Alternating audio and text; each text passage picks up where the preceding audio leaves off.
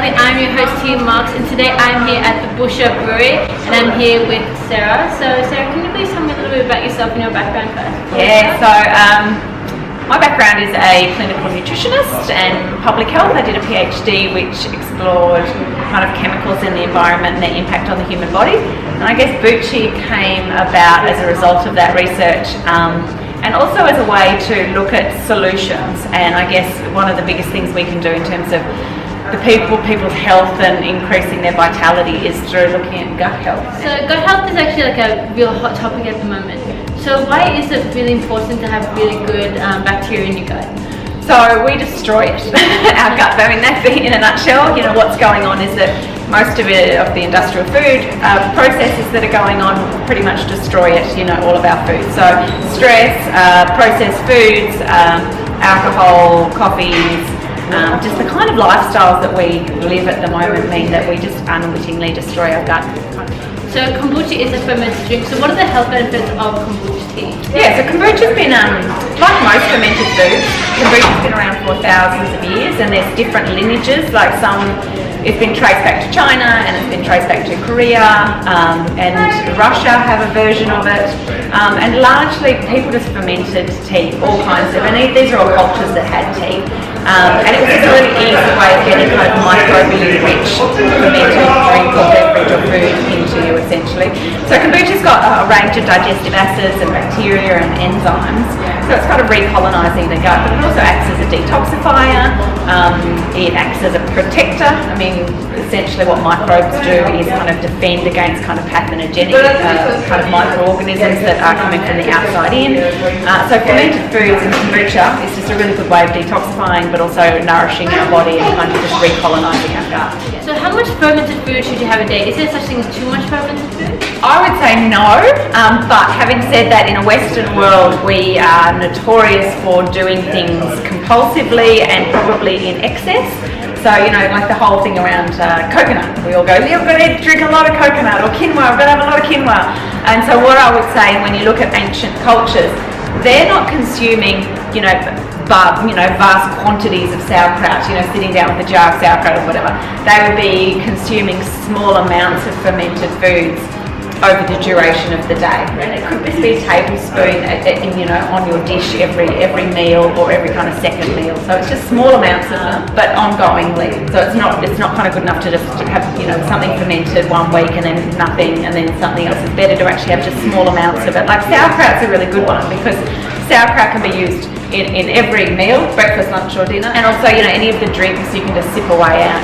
So you talked a little bit about the modern diet. What do you think is wrong with the modern diet, and what are we doing wrong with how we eat today? Most food today is kind of dead. Yeah. If you look at what is Michael Pollan, who is an incredible food writer, he talks about this dead vortex in the middle of the supermarket, and pretty much everything that is in that supermarket is not only dead, but it's highly processed. Sugar, salt, hydrogenated fats, trans fats. So these are foods that our body doesn't actually know.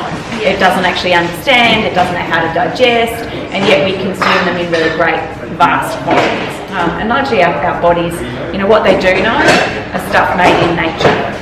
So the drinks that you guys sell here, the kombucha tea, what is the most popular flavour? Because personally, I like the ginger and turmeric, because I know turmeric has a lot of anti-inflammatory properties and good for your joints. The most popular kind of drink we would have would be ginger and turmeric. That would probably sell double the amount of all of the others. Hibiscus and galangal. Galangal is obviously just like a Thai ginger, which people don't really understand. It's kind of like this spicy kind of ginger. It's in the rhizome family. I had no idea what it was. Okay, so a lot of people don't, but it's this amazing. It's in the ginger family, and then the hibiscus is great because it's got all of the beautiful vitamin C and so forth. It's got that beautiful rich colour. So where can people find Buchi Kombucha tea if they would like to get some? Yeah. Our base is in southeast Queensland. What's largely been, our base has been farmers markets. So we're always at Gold Coast farmers markets, we have Brisbane farmers markets and Sunshine Coast farmers markets. We're actually available everywhere across the country, some places more than others. So our heart is obviously southeast Queensland. You can buy it at any kind of organic shop or whole food shop, and if it's not there, ask your store to stock us. We're certified organic, and we will make sure that we get it out. We have fermentation workshops every 6 weeks, around every 6 weeks. And you can go onto our website, which is buchi.com.au, and you can find out about when our next workshop is. They're 4 hours. I know you just went one, so it's like they're pretty jam-packed with information. We really love, and I'm really passionate about teaching people about fermentation. People have often said to us, why do you teach people how to ferment? Because then they won't buy your products. But you know, for us, fermentation is about, you know, a cultural revival of something that's lost, and the more people that are fermenting and looking after their gut health, the better. Awesome. And do you have a message for anyone out there that's just starting to get into fermented food and just trying to start looking after their gut health a little bit more?